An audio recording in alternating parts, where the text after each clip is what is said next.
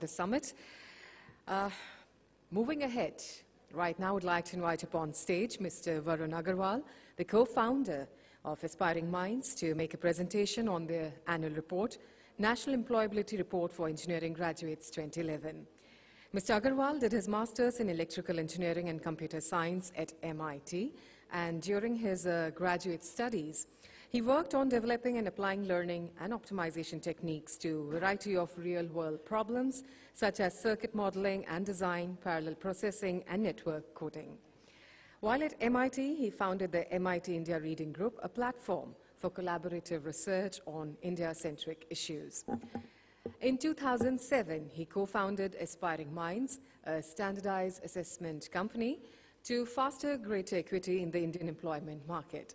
Aspiring Minds MCAT, a standardized test similar to GMAT, provides a benchmark for employers to evaluate candidates for hiring. May I please invite Mr. Varun Aggarwal upon stage for his presentation.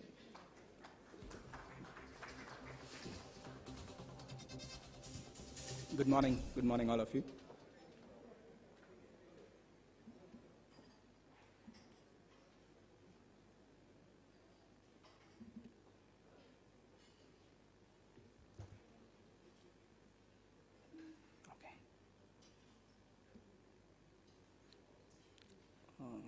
Can we switch to the, oh, excellent, thank you. So good morning all of you, who've come from across the nation, from various educational institutes, government bodies, and other friends who have gathered here to discuss how to better education in India. As the minister also spoke, one of the goals of education is to facilitate employment, which leads to self-reliance and a way to lead a respectable life.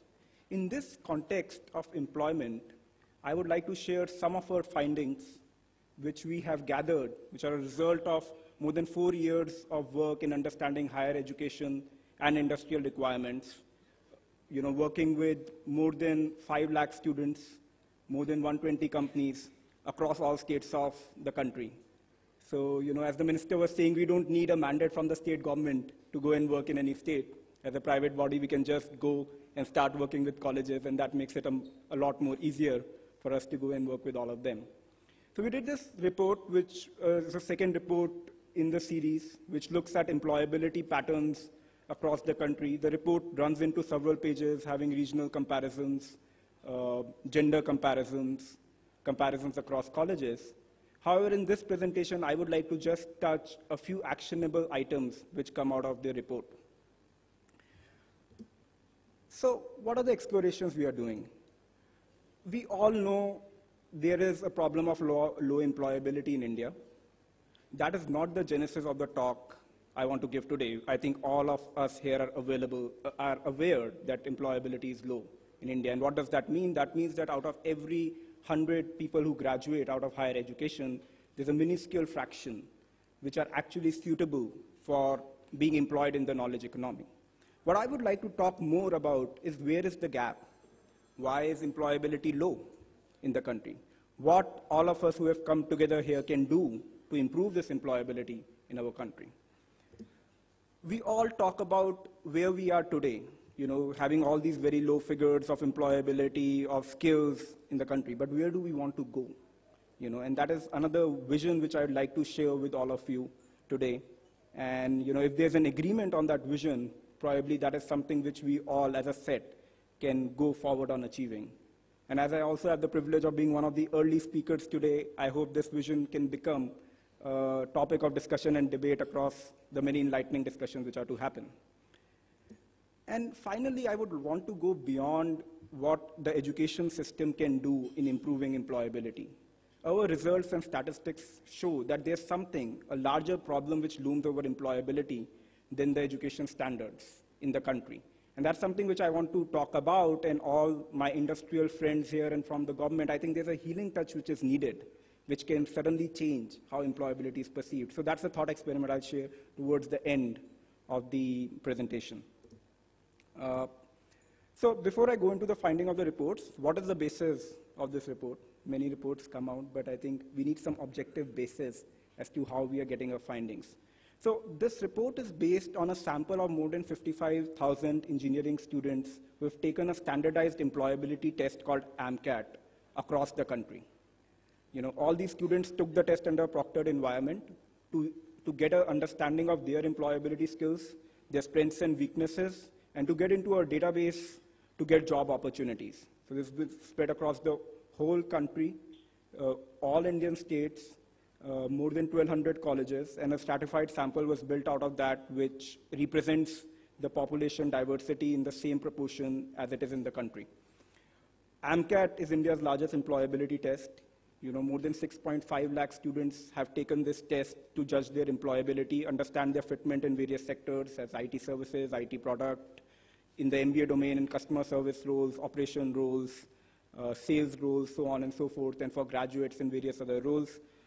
There have been more than 120 companies who use this test as a way to recruit and assess students for recruitment. We work with 5 out of the top 10 IT companies where we build benchmarks on what are the right scores on this test for someone to get recruited and get a job. And from that's how we define employability. So this data is the basis of the report which I'll share with you. So the first thing, national report card, I'm sure you have seen such figures before also, so nothing new in that. If you look at the IT services employability, which is the IT services sector, which is probably one of the largest sectors in the knowledge-based economy, only 17.45% engineers who graduate every year are employable in the IT services sector. If you look at IT products, it is 2.68%, which is very, very low. So what I'm saying here is that in a college where there are 400 students in a single year, out of those 400 students, there are only 10 probably people who are employable in the IT product sector. And what we mean by IT product sector would be companies like your Google, Amazon, Adobe, which really build products, or your Microsoft, like a Microsoft Office or Adobe Page Makers, things like that, as opposed to IT services companies, which would be your Infosys, your Accenture, your Wipro, TCS, so on and so forth. So why so low? As I said initially, we all know it's low, but why is it so low? And especially IT product going to 2.68. So I'll just concentrate on these 2 figures to begin with. So let's see, what makes it so low? So the first thing which the industry is looking for, what they call soft skill trainable. See, they're not saying soft skill competent, they're saying soft skill trainable. So what the industry is looking for, someone who when comes in, within 3 to 6 months, they can train him or her in soft skills. And what are these soft skills? Not anything, not soft skills of an hospitality industry, nothing as complicated as that, not in behaviors and mannerisms, but something as simple as understanding English. Can you understand directions in English? Can you comprehend an email which you get from your client? Can you understand an email which you get from a colleague? Can you reply back to that email or that direction in a meaningful way? That is all what the IT industry is looking for at this point of time. Someone who can comprehend and communicate in good English. And they're not also looking at someone who at the outset can communicate in good English, but someone who they can put through a 3 to 6 months training, and at the end of that training, he can speak and understand English. And only 46% of our engineers today, out of the 6 lakh engineers we have, are soft skill trainable. So that's the first component. So 54% go away here. Another 54% people are the ones who are technically trainable. Again, not technically competent, but all we are looking at is technically trainable. So if you look at all the IT services companies we have across the country, they all put them through 3 to 6 months of training where they'll teach them computer programming and software engineering.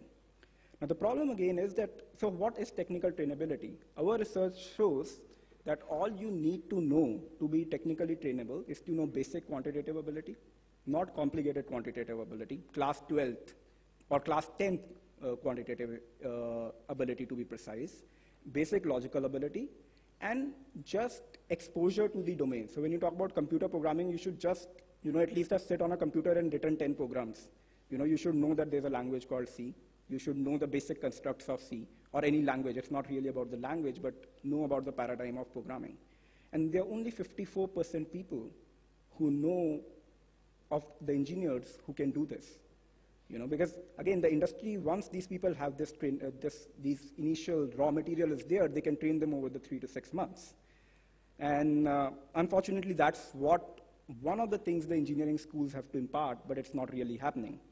So this is a bad plus sign. So what the plus sign here means is that you need to be soft skill trainable and need to be technically trainable, but this plus sign doesn't make the sum higher, it makes it lower, right? So the percent of people who are both soft skill trainable and technically trainable are only 17.45%. So when you put both the criteria together, that a person, so there are 46% who are soft skill trainable, there are 54% who are technically trainable, but you look at the intersection, there's only 17.45%, right? And that's what plagues us. But here's the shocking thing. Why are they so low for your IT product thing? So domain trained, what do I mean by domain trained, is that anyone who knows, so would know some computer science, basic operating systems, know how to do computer programming, has some knowledge of algorithms, is someone who an IT product company can hire, because these guys are the ones who will do product innovation rather than doing the repetitive services work. That's only 8%. And that 8% plus, as I already said, this plus is a bad plus. So when you plus, it becomes 2.68%. But we have already hit the ceiling with 8%. So even if you keep improving your English and your logical, quantitative, the soft skills and technical trainability, till we don't get the domain skills right, we cannot just take this 2.68% higher. And that's where the problem is. We really, really need to train these people in domain. Let's go a bit more into the detail of this. What did I mean when I said they are not soft skill trainable? So our studies show that 51% engineers do not know the meaning of words such as absurd, generic, seize, adamant. These are statistics which are captured out of our test, the English module which we have, and more than 51% students cannot do these simple words. And that's, again, what plagues. So how do you really train these people who would not even know these simple words such as these? This is even more shocking. 42% engineers cannot divide and multiply decimal numbers. So a number which has a decimal point and more numbers, they cannot multiply and divide them. Now, this is something which, is a skill which someone needs, and that's why it is so shocking. You need this skill in the high school, pretty much should be taught in the high school. It's a skill of life importance. When you're conducting your day-to-day life, you might have to multiply and divide decimal numbers, So this is a big problem. And this is even before they're entering the engineering school that these problems start showing up. So what is the solution? How do we solve it? I think one of the things which is going wrong and which this study shows is, we start talking about employability in the 4th year or the 3rd year of studies. That's not right. We just discussed that more than only 17% are technically trainable. 17% are people who are technically and soft skill trainable, right? If they don't have these skills at the outset, when they join the engineering college, the 4 year of engineering education investment you are making on them goes for a toss. They cannot learn, right? Because they can't understand basic math. They cannot don't understand basic English. All of our engineering education is in English, right? So what is the solution? We don't have to do the intervention in the 3rd or 4th year. We need to do the intervention as soon as these students come into the engineering school. We need to do an assessment, identify where are the gaps on their technical trainability and their soft skill trainability, and start filling those gaps so that at the end of the first semester, they are technical trainable and soft skill trainable. Because only then will your 4 years of curriculum, they'll be able to absorb it. Because if they don't have that, they cannot do it. So identify at the induction, bridge it quickly. At the end of the first semester, it needs to be bridged. Teach the domain. As I said, till we don't break that 8% ceiling of people not knowing the domain subject, and that's not only about talking about computer science, but talking about mechanical engineering, talking about electrical engineering, it is very relevant. And also what all of us here should remember, that a lot of jobs in India are not being created by the IT services sector, the large IT services sector, but a bunch of small and medium-sized enterprises. Tens of thousands of small and medium-sized enterprises which are looking for people, but they do not have infrastructure to train these people. When they come out of your college and our colleges, they want these people to be already trained, right? And for these people to get employment and for these SMEs to progress, we need people who are already domain trained, right? And there should be a concentration on teaching the domain. As everyone says, I thought I'll also put it in my presentation that problem-solving approach and not rote learning. Though I think none of us know how to do it scalably, but it's fashionable. But I agree in concept that we need to do problem-solving more than rote learning, and that's what our studies also show. And then track it year on year. So the solution is to identify the soft skills and the technical training inputs in the first year, bridge them, track them using assessments, see if the students got it, then teach them domain and keep tracking the domain over the next 4 years. The problem is that we start thinking about employment in the 4th year, and the bus has already left by then, right? You cannot do much now. You cannot now teach someone who didn't know how to multiply and divide numbers to make him employable. So that's the first thought of where the problem is and how to bridge it. So let's talk about the second part of my presentation, where I said, let's see where we are today and where do we want to go. And it will be interesting to have comments on it. Where we are more than 6 lakh engineering graduates coming out every year. That means in steady state, there's 6 lakhs into 4, 25 lakh engineering students. More than 2,500 plus colleges. Every year when I open the newspaper, there's a new number springs up. So last number I saw was 3,000 plus, but I think the right estimate would be somewhere between 2,500 and 3,000. And only 1 lakh employable. And I'm talking about the IT services sector here. So that means 5 lakh not employable, which is these people don't have jobs. But remember, 5 lakh unemployable people are also, who have degrees in their hand are socially dangerous. So where do we go from here? See, we have done a great job in capacity building. We have 6 lakh engineers. USA today, which is already 4 times than what USA creates. The USA's number is between 1 lakh to 1.5 lakhs. We do not need more engineers. We have enough capacity across the nation. So my vision would be that not more than 8 lakh engineers. We are doing very well in building capacity across the nation. If you look at various studies, there's of the amount of workforce we'll need. What will serve us is having more employable people. So my vision is that less than 8 lakh engineers, but more than 6 lakh employable. We need 70 to 80% of them employable. And that's what solves our problem. We have done a great job, as I said, in building capacity, all the efforts which have been put to open more institutions. But all our studies show that if you, in any state, any region, any city, more the number of engineering colleges, lesser is the employability percentage. So this is what has started plaguing us now. So we don't need more engineering colleges. We need better engineering colleges and better training. So the last thought, which was the healing touch thought, what else is going wrong? So I said there are 6 lakh engineers, 17.45% employable. That becomes 1 lakh engineers who are employable.